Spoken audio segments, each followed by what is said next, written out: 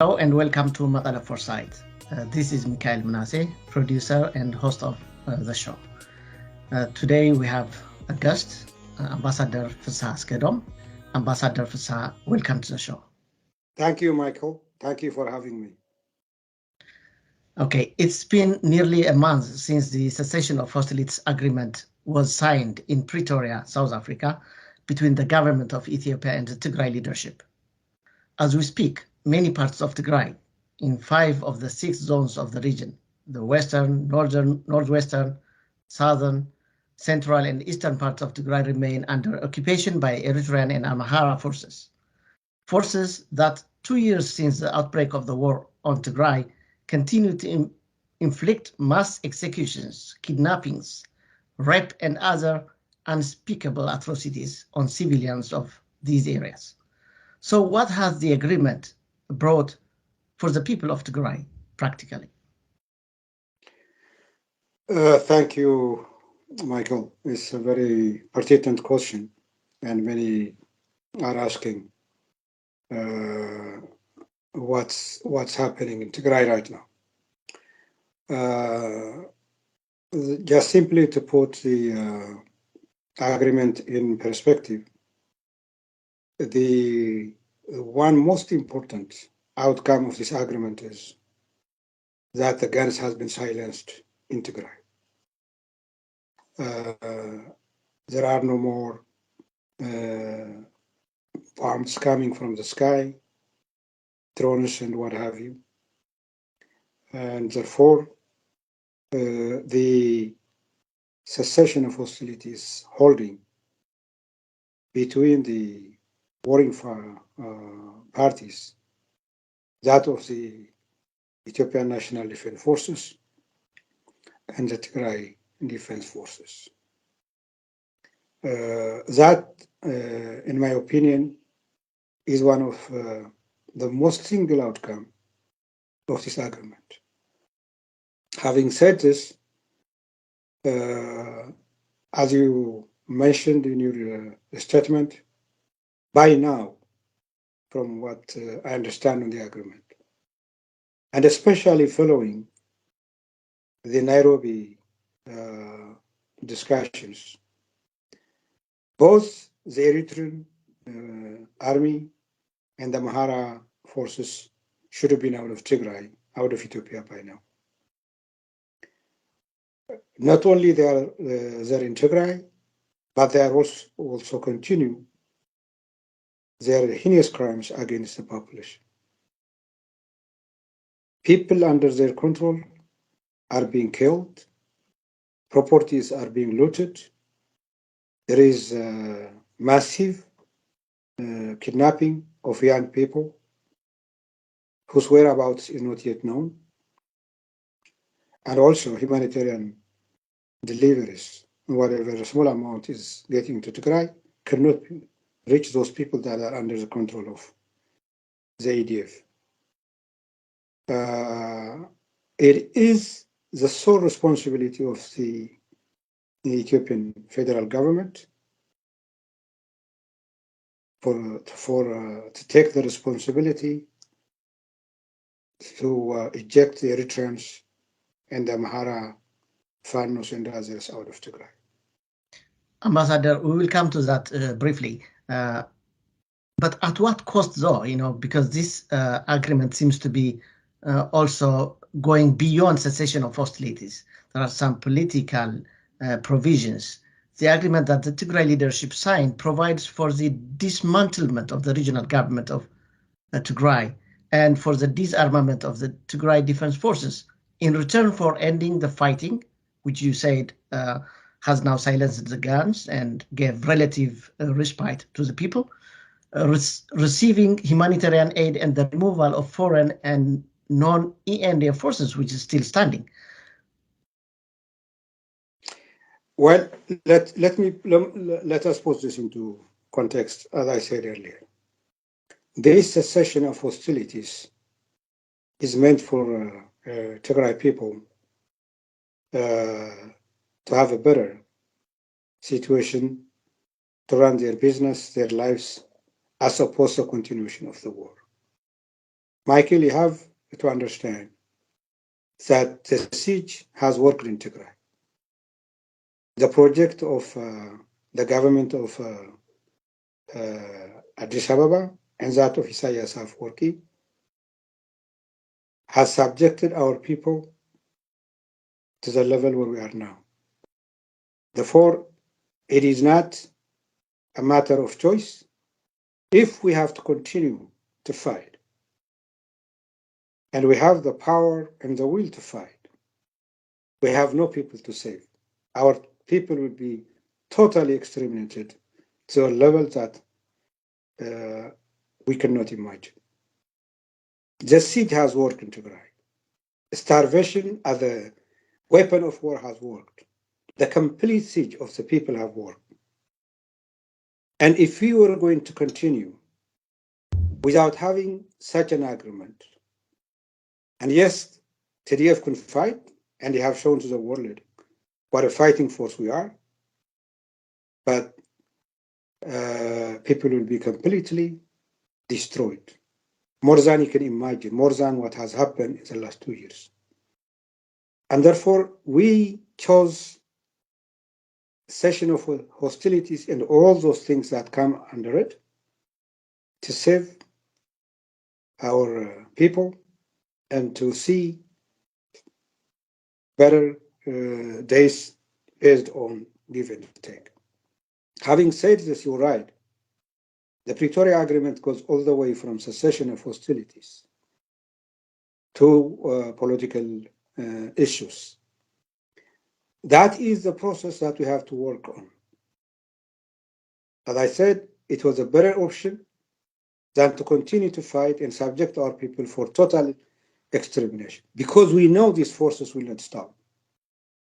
They have executed it to the level that the international community has come and said, unless you make some peace with them, we're not here to rescue. We can go about in details about this international community's sympathy or empathy saying we're concerned. But they know that genocide has been committed in Tigray, and they're not willing to stop it. And therefore, whatever shortcomings that we have in the agreement, I sincerely believe that's a better option for our people to see, to work with the other party that is also exhausted in fighting.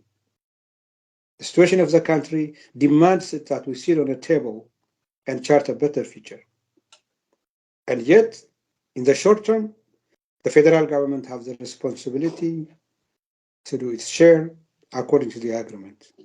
It has to see to it that the Eritreans are out of Tigray, that the forces that brings me, Ambassador, to what one commentator said.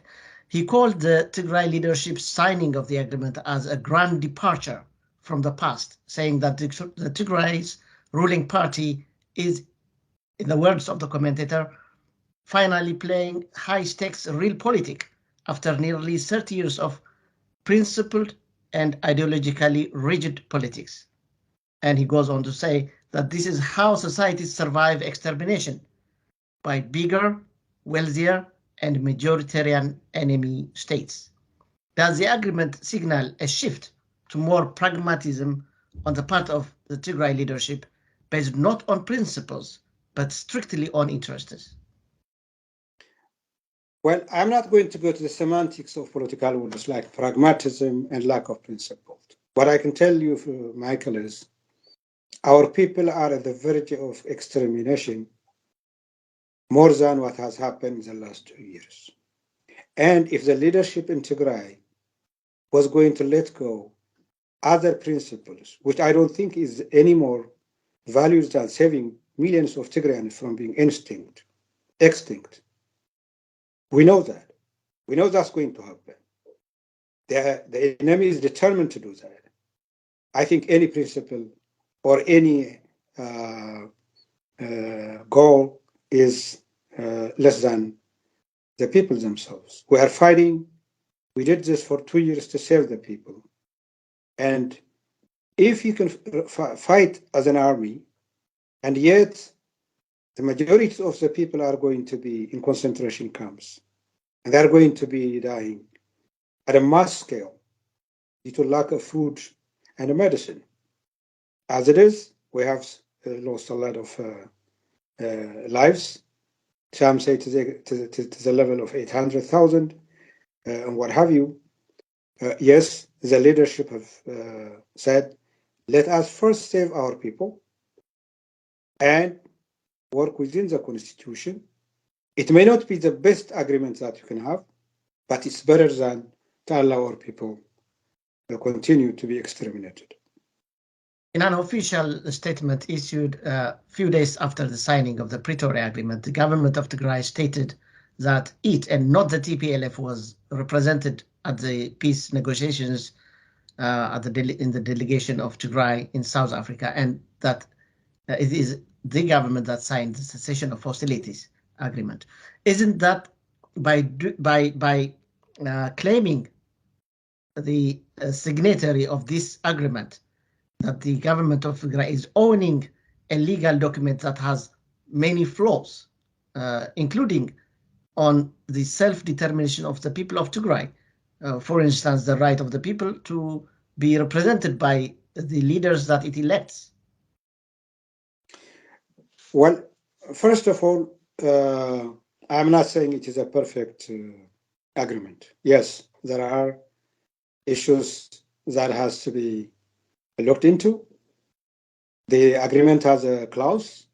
The government of Tigray is asking for an amendment for reconsideration. In Pretoria, the main target was to stop the war, to come to some kind of agreement and save our people from what I told you earlier. When you put your target as cessation of hostilities, and the other party comes with all kind of things that will jeopardize the silencing of the guns, you sign the agreement and you work towards its amendment, to its improvement, when there is some level of confidence building measures taken by both parties. For example, the government of Tigray was invited by the African Union as government, as a regional government, send its delegation. And the government of Tigray sent its delegation with the mandate of the Tigray regional government. And yet, the federal government objected to negotiating with the government of Tigray, but it wanted to negotiate with a party that it classified it as a terrorist. This is contradictory in terms, but if your main goal is, this is secondary now, we can sort it out in the process. So long as you don't assign someone to administer Tigray, so long as there is some kind of process where the people will own their self-administration, either you ask for amendment later on, or you go through it. Compared to what we all come out from Pretoria, to me, as a big deal as it is to many of us, this is secondary when compared to the people of Tigray that wanted peace, that wanted to go back to their homes, and the opposite of it was, if you don't accept this, you continue the war. And I told you before, we wanted to silence the guns at this level. And therefore, we are going to see to it this is genuinely implemented. It is a matter of give and take. It is not something that is not non-amendable. Of course, you need the understanding of the other party for the sake of peace, for the sake of continuity. And we have to wait and see what happens. Ambassador, had the Tigray government sent official communication regarding the amendment clauses that it referred to in the statement that it issued a few days after the agreement? Yes, it did. It has. In fact, in its press statement, it says we have already informed the relevant parties about our position for this to be considered. Yes, it did. Okay. When the African Union-led peace talks were announced and quickly cancelled earlier before the Pretoria talks, the idea wasn't to have a genuine process, but instead to to give Ethiopia time to capture key cities, including Mekelle, and declare a fait accompli. How much trust do you have in the Ethiopian government now that it has signed the agreement? Well, these are common words that people ask. How much do you trust after all this past 2 years? Trust is something that each party has to gain. Trust doesn't come because you signed an agreement. It has an element.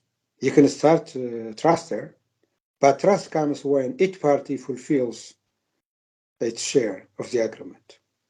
If it is flexible enough to allow the people live in peace, flexible enough for a constitution to be implemented in good faith, and therefore trust is something that each party have to gain. We have to do this. We have to implement the agreement in good faith. Trust comes after practically saying each party is doing its share as far as I'm concerned. There are those who say you don't trust the other party after 2 years of genocidal war. And there are those who say, well, what choice do you have other than to think the other party will do its share and then implement the agreement? So I think to me, it is good. There is no enough trust between the parties right now. We have to wait and see how the parties conduct themselves to create a trust, but we are doing our share to show the other party that we are serious about this agreement and that we are doing our work diligently. One provision in the agreement is also the monitoring and verification mechanism, which, it doesn't leave everything to trust. So everything has to be monitored, verified, and, checked that all sides are doing their share of their commitment. Tell us about the monitoring and verification mechanism in the implementation of the agreement. Is the 10-person monitoring and verification team staffed up? Is it constituted already? What is happening by way of pressing both sides to stick to their obligations and deadlines? By the way, you're right. I think it was Reagan who said, trust but verify, meaning you can tell the other party, I trust you, but your insurance policy is verifying what is on the ground. Therefore, the main essence of this is the third parties. This is within the African Union framework. The latest information that I have is they have been constituted. These people have been identified, finalized all the credentials and protocol, but they are not yet deployed. We are waiting for their deployment at the ground. What is taking the time? Because, lives are being lost and, suffering, the pain is continuing as we speak. I cannot tell you any justifiable things. It is the African Union. I'm sorry to say that, but that's how the African Union functions. But it's also, the mediators, the observers also believe that most of the things that we spoke earlier, the humanitarian delivery, the services that has to start, the basic services, the withdrawal of Eritrean troops, the withdrawal of the Amhara forces, the African Union mediators and others genuinely believe that we do not have to wait for the mediators, for the observers. They will just come and verify. Unfortunately, they are not there, which I think would have created additional pressure for these forces to withdraw from Ethiopia, from Tigray. But that is one of the excuses that I hear. You don't have to wait for the observers to do your part, which I also share. But in the absence of good faith, when these atrocities by Eritreans continue, that the deployment could have been done. much more earlier, and I hope they do it sooner than later. Many observers have also expressed concern that this team of monitors made up of few people may not be up to the task, as given the complexity and the nature of the conflict and the actors involved. It requires a robust monitoring and verification mechanisms that we have seen in many peacekeeping but not peacekeeping, but observer missions. I share their concern, and what I hope is, and there is also an understanding that these observers can always access the international community for support if they want to. As such, they are the official empowered observers, but there are a lot of technical support that they need. For example, they talk about satellite imaging, others, and therefore, if they were going to ask support from the United Nations system and even from countries from the United States, I hear these institutions are ready to support them. But I do share that, especially in the absence of what I consider, good faith on the part of those that are asked to redeploy, to withdraw, the mechanism, the monitoring group may need to seek support from other in the international community. Yes, because calling on Eritrea to withdraw its forces will not deliver the desired results. The Ethiopian government seems to be the junior partner in this coalition with Eritrea and may not have the necessary leverage to effect compliance of the Eritrean forces to withdraw from Tigray. What needs to happen to be done to prevent Eritrea from spoiling the peace process? I do not want to speculate on what will happen. But I think the onus is on the government of Ethiopia, federal government of Ethiopia, for that to happen. For now, I wouldn't go beyond that. What if they do not withdraw? What's going to happen? Our military commanders are today meeting with their counterparts in the Ethiopian federal government side. In Shire, I understand that will be one of the issues they're going to discuss, if not the number one issue. And therefore, generally speaking, the disarmament issue, the disarming of our forces, is contingent to the withdrawal of the Amhara and the Eritrean forces. It talks about concurrently. So for the short answer is, we will not disarm until they withdraw. But that by itself is problematic because we wanted to stop the crimes they are committing. We want them out of our land. We want our people to be free. And therefore, it is not up to us to answer this question. The federal government has the responsibility. It has to ask them to withdraw. And if they cannot do it, I think they should tell the international community they have a problem with Eritrea refusing to withdraw. This is just a speculation on my part. For now, we are waiting for the government of Addis Ababa to do its responsibility. The agreement seems to uphold the current Ethiopian constitution with the provisions of the signed agreement, which on the surface looks like a response to what the Tigrayans have been calling for all along. But hasn't the government been quoting the same document to wage the war on Tigray, the genocide on Tigray? It also seems that the government's claim to the rule of law and the constitutional order has been vindicated by the fact that the Tigray leadership has signed in Pretoria to disband itself, which should not have been done according to the constitution.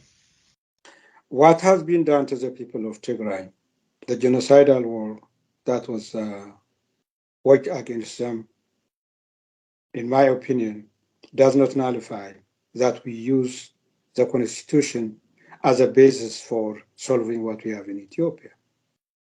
Therefore, yes, some say the constitution didn't defend Tigray. What else do we have to go about?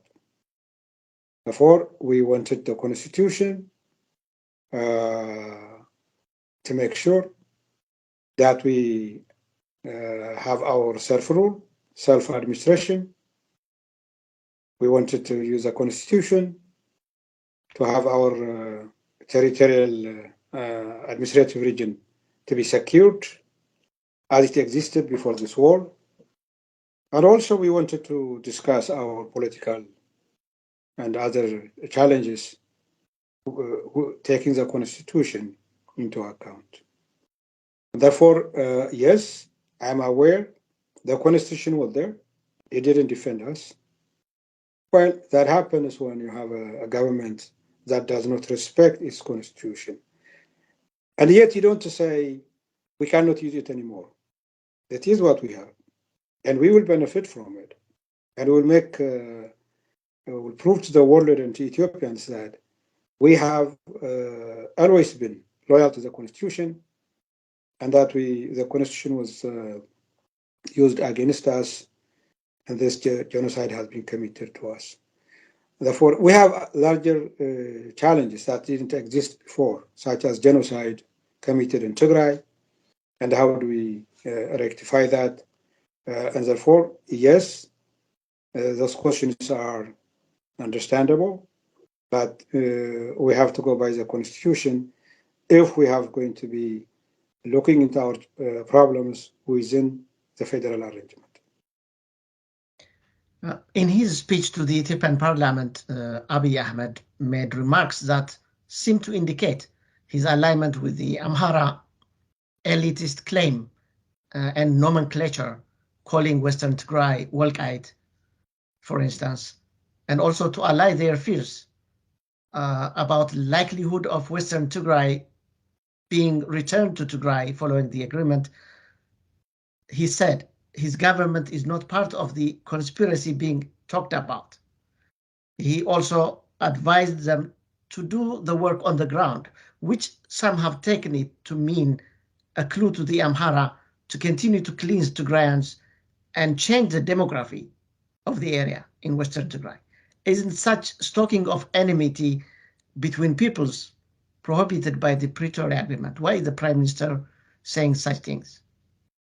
I have no idea. You have to ask the Prime Minister, Michael. I'm not going to respond to that. But what I know is the constitution was put there as a basis, its principle, that Western Tigray will be back in its proper place. The same with the other claims that they have on Southern Tigray. And whatever happens after that, we have to wait and see.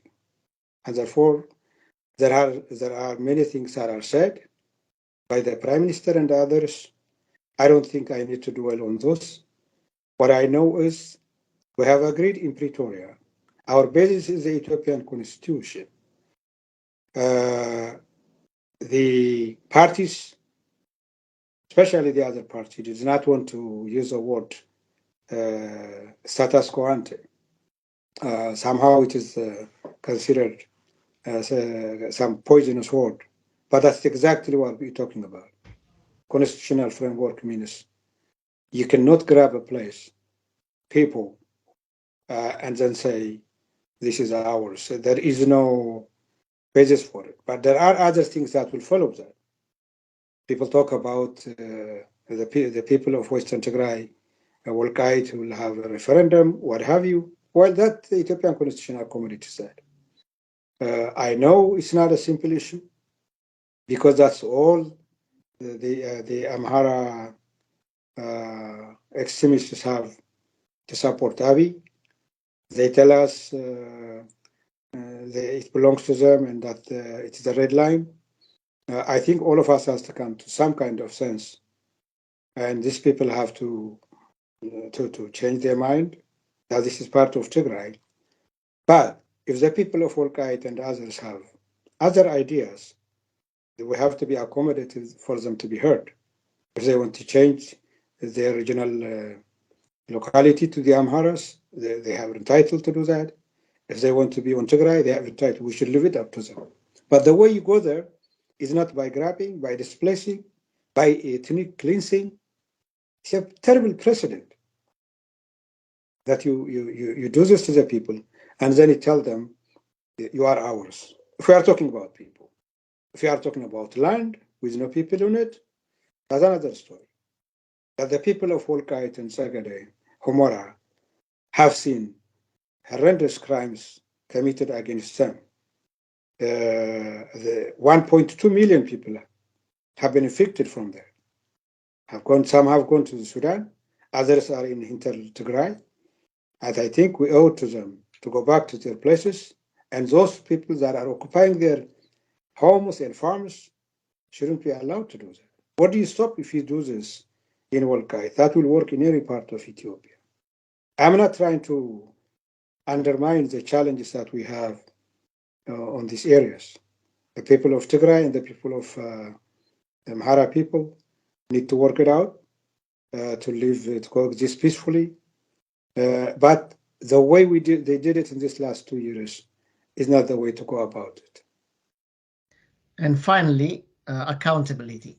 Human Rights Watch released a statement recently in which it indicated that while the Pretoria Agreement calls for a transitional justice policy framework to ensure accountability, truth, reconciliation, and healing, it does not offer a clear roadmap on how to ensure this, like what was agreed by the South Sudan warring parties, hybrid courts to ensure both domestic and international jurisdiction.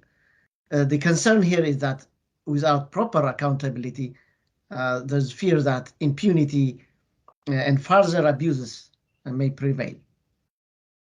Isn't this lacking isn't this key thing lacking in the agreement, because it confers on the Ethiopian government, which is a party to the conflict, in fact, a party that should be held accountable for the atrocities that were verified by international human rights experts, and also the role of Eritrea, which was invited by the Ethiopian government, which is hindering implementation of the agreement. And besides the non-cooperation, the track record of the Ethiopian government, the non-cooperation with human rights investigation teams, both the joint investigation and especially the current human rights experts.